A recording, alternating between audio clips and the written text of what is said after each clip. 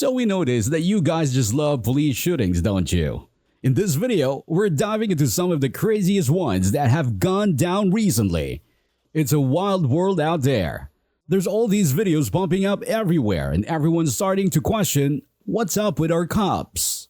It's like there's no in between. They're either going way overboard, spraying bullets everywhere, or they're not stepping up enough and tragically end up paying the ultimate price. It's like there's no middle ground. What's the deal here? Honestly beats me. But hey, we can definitely take a closer look at these cases, break down what happened, and maybe figure out if there was a better way to handle things. Without further ado, let's get to it. Number 8. Sean Reed. On May 6, 2020, Sean found himself in a high-speed chase with the police, all while engaging with his online audience. Shirtless and seemingly unfazed, he declared, "I'm not pulling over," as the police pursuit intensified. What started as a reckless driving incident quickly escalated into a full-blown chase, with Sean appearing almost accelerated by the situation. He even confidently proclaimed, "They're not gonna catch me." However, the mood shifted dramatically when Sean decided to ditch his car and continue on foot. As viewers watch in real time, the police yelled for him to get down, but shots were fired before anything else could happen. In the blink of an eye, Sean was gone. Shot 15 times. Michigan and what? Ace? I'm finna park this motherfucker at Ace on 62nd in Michigan. Somebody come get my stupid ass. Please come get me. Please come get me. Please go get me. I'm on 62nd in Michigan. I just parked this motherfucker. I'm gone. Please come get me.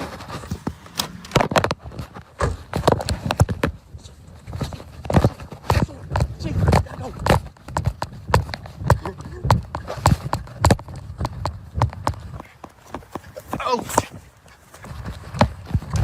What you say?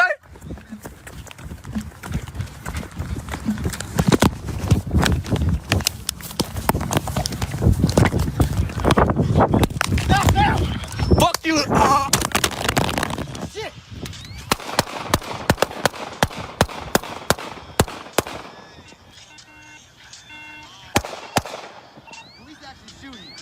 Police actually shooting. So we're gonna be east of this. Fuck! Oh my god. The aftermath of this incident sparked outrage and protests, especially when a police officer was caught on camera making inappropriate remarks about the shooting.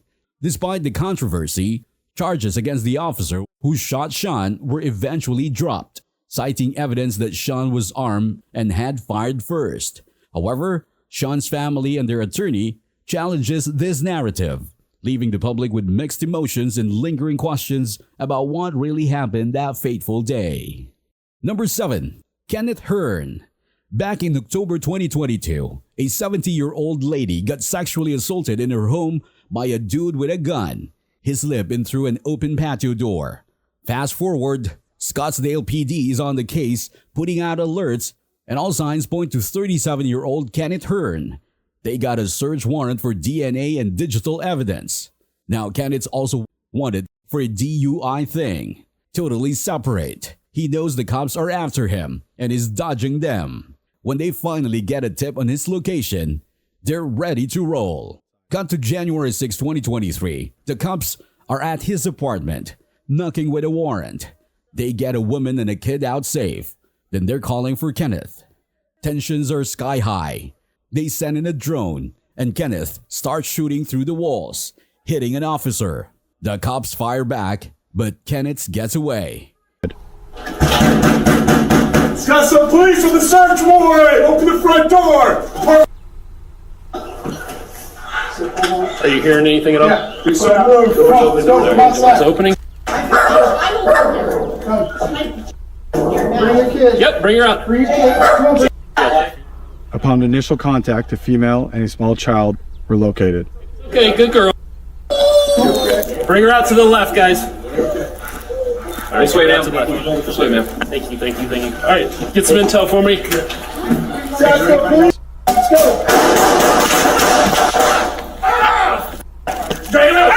The very next day, The Phoenix PD spots him in a parking complex. It's round 2. The cops try the non-lethal stuff first, but when Kenneth pulls a gun, they have no choice but to shoot. The video catches Kenneth trying to run just moments before the shots are fired. Number 6. Morris Richard Jones III. So this crazy things happened around 2 a.m. on February 11, 2022. Cops got a call about a woman being shot, and the first officer on the scene ran straight into that turned out to be a total setup. This dude standing at the door was all like, "Hurry up, she's choking on her blood." So the officer booked it to the house, right? And just as he gets close, the guy pulls out a gun and starts blasting. The officer, totally blindsided, couldn't shoot back and had to get out there fast, calling for backup as he went. This video is just crazy. It's only 26 seconds, but it was just the start of a super intense night for the Phoenix Police Department. Come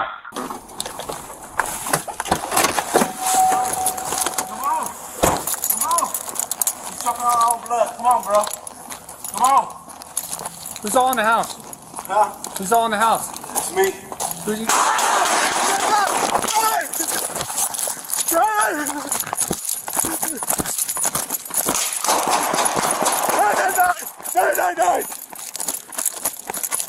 I've been shot. Nine. More cops came to the scene, and by then, the shooter had locked himself inside the house. Next thing you know, this other guy walks out holding a baby, lays the baby on the ground, and gives himself up. But as some officers got to grab the baby, the shooter starts firing again. When it was all said and done, 9 officers were hurt, 5 got shot, and 4 got hit by shrapnel or ricochets. The shooter, a 36-year-old guy named Morris Richard Jones III, ended up killing himself after a long standoff with the cops. They found him and his 29-year-old girlfriend, Shatifa Lobley, dead inside. She'd been shot too. Number 5. This 52-year-old guy got himself shot and killed by the cops after a wild high-speed chase. The dude was on the police radar because his neighbor, Thomas May, caught him red-handed peeping into his 15-year-old daughter's bedroom. May heard some weird noises, peeked out, and boom. There's Harrison with a ladder trying to sneak a peek. When he got busted, he bolted back to his place. By the time the cops showed up, Harrison had vanished. They checked out his house, but no signs of forced entry or that suspicious ladder. Still, May wasn't having any of it and decided to slap a restraining order on Harrison. Next day, the neighborhood wakes up to this insane double murder scene. We're talking about an 83-year-old woman, Janet Harrison, and Thomas May himself, both shot in the head. May's daughter was also shot but miraculously still alive, found out on the front lawn. So the cop who found them were actually just there to give Harrison a trespass notice from the night before. As he's driving in, he spots Harrison speeding away. He's about to chase him down when he sees May's daughter on the ground, stops to help her, and that's when everything goes even crazier. Other cops are showing up because of a 911 call, and they find the other 2 bodies. Everyone's on high alert for Harrison now, and after a few hours, they spot him hiding out in a cemetery. The body cam footage is just nuts. Cops chasing him through neighborhoods until he crashes his car into a rock. They surround him, have a bit of a standoff, tell him to surrender. But Harrison, he pulls a weapon on them. That's when the cops open fire, and just like that, Harrison's down. Number 4. Glenn Douglas Perry. Glenn Douglas Perry. This 50-year-old guy ended up shooting and killing 2 cops during a traffic in Cameron, Wisconsin, back on April 8, 2023. The officers killed were Cameron's very own Hunter Scheel and Emily Breidenbach from Cheetah Police. Perry himself got caught up in the shootout and eventually died from his wounds. He's got a rifle. Shots fired! Shots fired!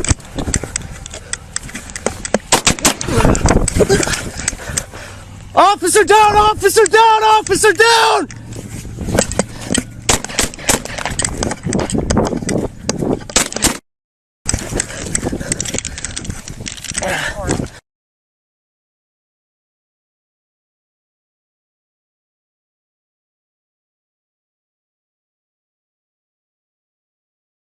Now Perry was all tangled up in this messy, drag-out divorce for 3 long years, and it didn't really go his way.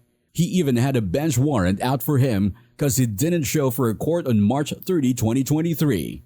The whole divorce mess ended up with him not getting primary placement of his kids. Plus, the guy had a trucking job and some drama with disability claims in his past.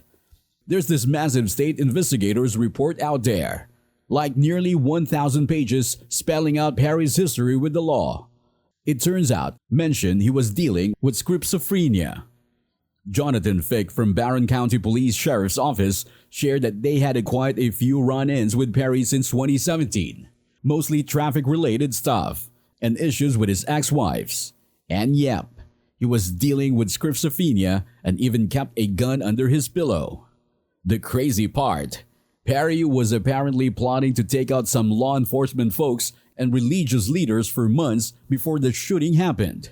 That's why he had like 4 different guns in his car that day. Number 3. Nicholas Brucher.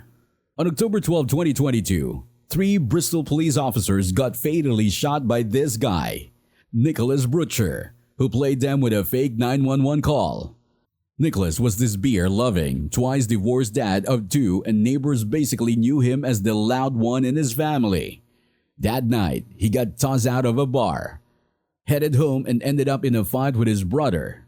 Next thing, he's on the phone with 911 at 10:29 p.m., making up this story about a domestic dispute at his place, just trying to get the cops to show up. He did. He's out there in camouflage, armed with an AR-15 style rifle, ready to ambush them. Shots fired, shots fired. More cars, send everyone.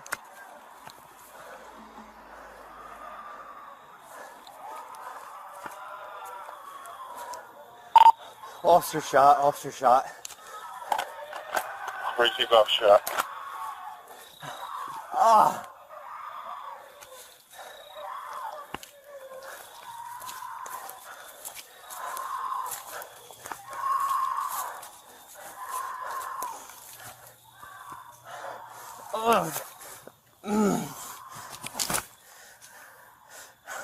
Oh fuck.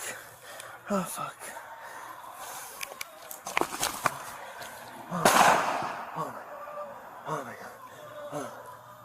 Where's the address? 310, 310 Redstone Hill Road.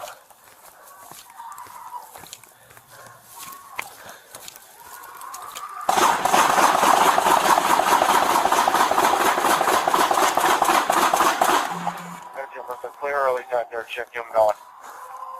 Receive. 10:30 to 14, they're already going.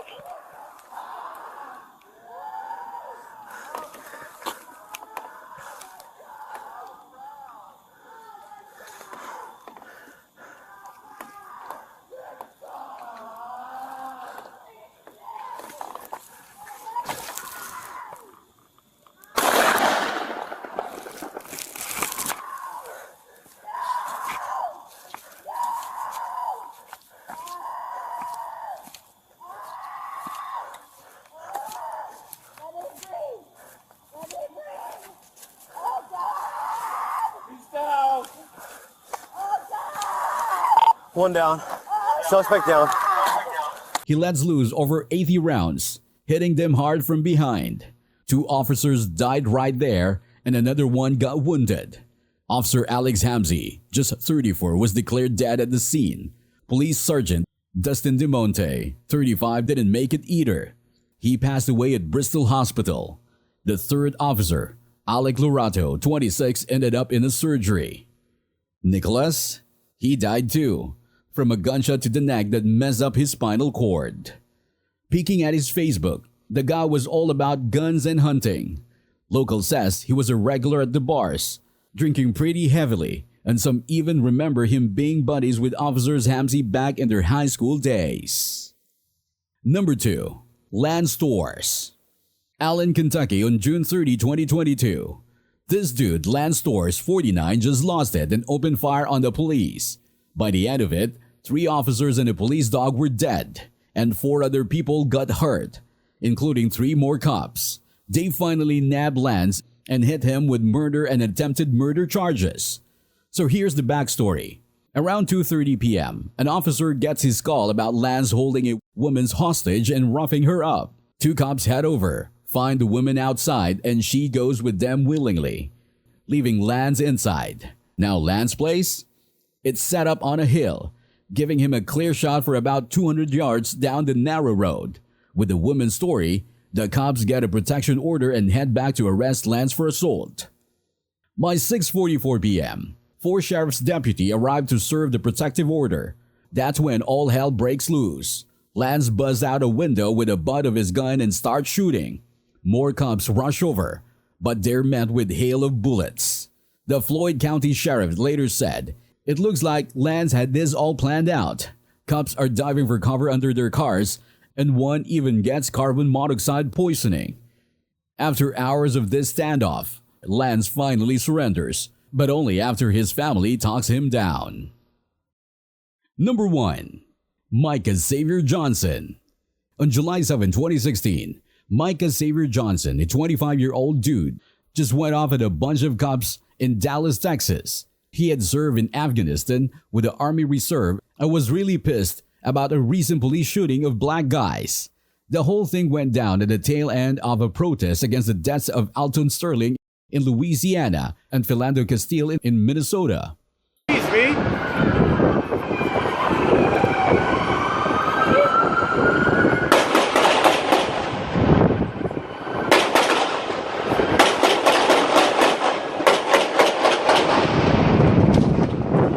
He's down. More of them.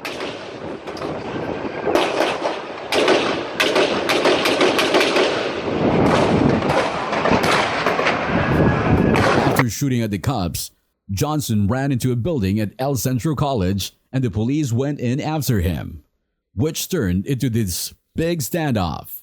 In the early hours of the next morning, the cops decided to end it and blew Johnson up with a bomb they delivered with a robot. It was the first time the cop in the US had ever done something like that. Johnson ended up killing 5 officers and 2 folks just passing by got hit too. Most of the police officers got shot during the protest, and a few more got hit during his shootout with Johnson. The cops we lost were from both the Dallas Police Department and Dallas Area Rapid Transit. The injured included officers from DPD, DART, and El Centro College. They ended up treating 7 of the injured officers at Parkland Memorial Hospital, and a couple of them needed surgery. One of the civilians got hit in the leg, and it broke her tibia. Just an all-around tragic and crazy day. And that's it for this video. If you want more of this, comment below. Please help the channel grow by clicking on the like, share, and subscribe buttons. Thanks for watching.